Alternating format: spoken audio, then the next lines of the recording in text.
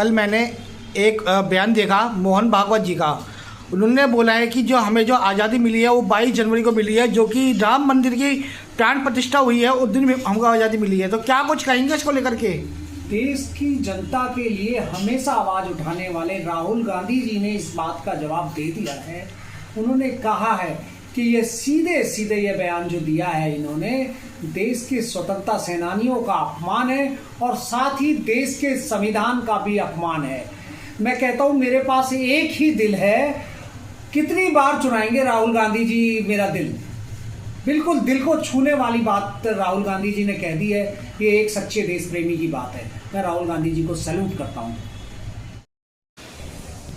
इस वक्त मैं मौजूद हूँ लक्ष्मी नगर विधानसभा और हमारे साथ शख्स मौजूद हैं। सर, आपका नाम क्या है? मेरा नाम अशोक शर्मा है। मैं सकरपुर क्षेत्र में तमाम तरह के सामाजिक कार्यों में संलिप्त रहता हूँ। मैं उनके साथ मिलजुल के कार्य करता हूँ समाज के। सर, आज हमने पोस्टर देखा लक्ष्मी विधानसभा के अंदर, एक तरफ आम आदमी पार्टी और दूसरी तरफ गाइडलाइंस पार्टी, तो तमाम आरोप जो है वो आम आदमी पार्टी भारतीय जनता पार्टी लगाती हुई आ रही है। तो क्या कुछ कहेंगे इसको लेकर के? ये पोस्टर आज नहीं, काफ़ी दिन पहले लगा हुआ है। एक तरफ केजरीवाल जी ने अपने आप को मुख्यमंत्री बता रखा है कि मैं विधानसभा चुनाव के उपरांत मुख्यमंत्री बनूंगा। दूसरी तरफ दिखा रखा है क्वेश्चन मार्क लगा के कि कौन भाजपा का कौन। लेकिन इनका कोई विजन नहीं है केजरीवाल जी का। देखिए आप किस प्रकार से आप जमानत पर रिहा हैं, आपके लिए कोई फाइल साइन करने के लिए आप अपने आप को भी कैसे प्रोजेक्ट कर सकते हैं सीएम? आप अपने आप को सीएम कैसे प्रोजेक्ट कर सकते हैं जब आपके पास अधिकारी नहीं है? सुप्रीम कोर्ट ने आपके ऊपर प्रतिबंध लगा रखे हैं, तो आप अपने आप को भी कैसे? और दूसरी तरफ आप क्वेश्चन मार्क लगा रहे हैं, तो दूसरी तरफ क्वेश्चन मार्क बनता है। बीजेपी का वैसे भी बनता है क्योंकि बीजेपी का भी कोई विजन नहीं है। क्योंकि भाजपा का अभी तक कोई उन्होंने जो घोषणा पत्र में अपनी बातें रखी है वो घोषणाएं एक तरह से आम आदमी पार्टी की कॉपी पेस्ट ही घोषणाएं हैं। क्योंकि पहले वो उनकी आलोचना करते हैं, उसके बाद खुद लागू कर देते हैं। जबकि एक विजन यदि देखा जाए तो कांग्रेस की सरकार ने दिया था। 15 साल का कांग्रेस का शासन कार्य आपने देखा होगा। शीला दीक्षित जी की सरकार थी, उन्होंने विजन दिया था कि क्षेत्र का विकास करो। चैरिटी की बात की जाती है कि लोगों को राहत देने की, आर्थिक रूप से राहत देने की बात की जाती है। आज घोषणा पे घोषणाएँ हो रही हैं। मैं कह रहा हूँ कहाँ विलुप्त हो गई लाडली योजना होती थी, और तमाम ये जो वृद्धावस्था पेंशन थी, और जो क्या नाम है ओल्ड एज पेंशन थी, विकलांग पेंशन थी, ये सब शीला दीक्षित जी के कार्यकाल में शुरू हुई थी। तो घोषणाएं करने से पहले लागू कीजिए, और लागू केजरीवाल जी करते नहीं है। रोज सुबह उठते हैं एक नई घोषणा सुनने को मिल जाती है। आज भी एक अराजकता दिल्ली के अंदर अराजकता फैलाने वाली किराएदारों के लिए कुछ घोषणा की है, जो कि मालिक और किराएदार, मकान मालिक और किराएदार के बीच में द्वेष पैदा करेगी। सर, एक सवाल लेकर आता हूँ आपके पास।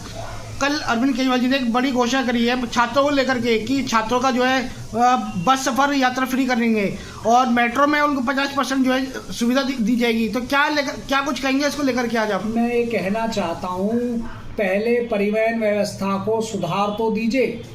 आज डीटीसी बस कंगाली की तरफ अग्रसर हो रही है। कुछ रूट्स ऐसे हैं जहाँ पर घंटों घंटों इंतजार करते रहते हैं यात्री, वहाँ पर आपको बस उपलब्ध नहीं हो पाती है।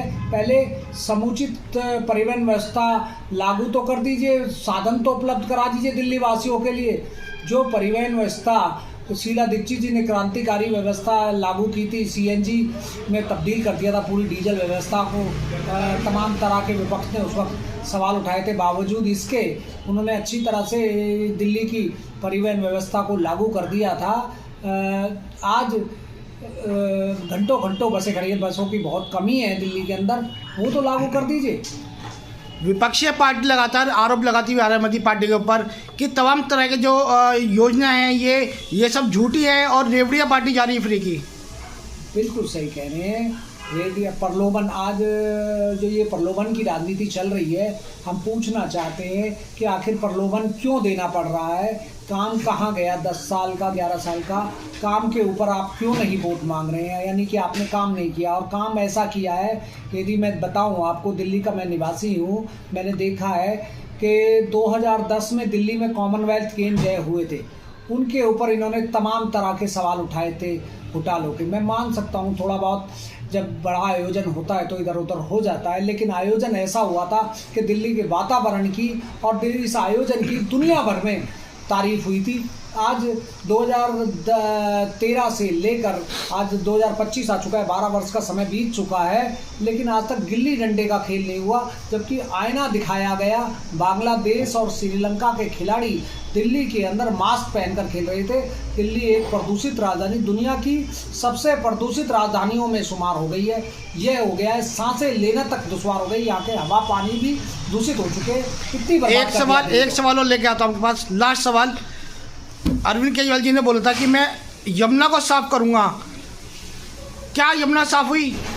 बहुत ही बढ़िया सवाल है, बहुत ही आपके सोच में इसके आपकी को धन्यवाद कहूँगा कि आपने एक दुखती नस, जो दिल्ली वासियों के लिए भी दुखती नस है, और घोटाले का बड़ा घोटाला जो सैकड़ों करोड़ों की योजनाएं इसको साफ करने के यमुना के लिए करते हैं। और जब हम देखते हैं कि छठ पर्व आता है पूर्वांचली भाइयों का, तो यहाँ पर यमुना नदी में वो छठ पर्व मनाने, जो कि आस्था का विषय है, और जो ये पूजा संपूर्ण तभी होती है जब गंगा में स्नान कर लेते हैं पूर्वांचली भाई बहन हमारे, तभी मानी जाती है। तो माताएं बहनें जब पूर्वांचली यमुना में स्नान कर लेती है तभी पूर्ण मानी जाती है।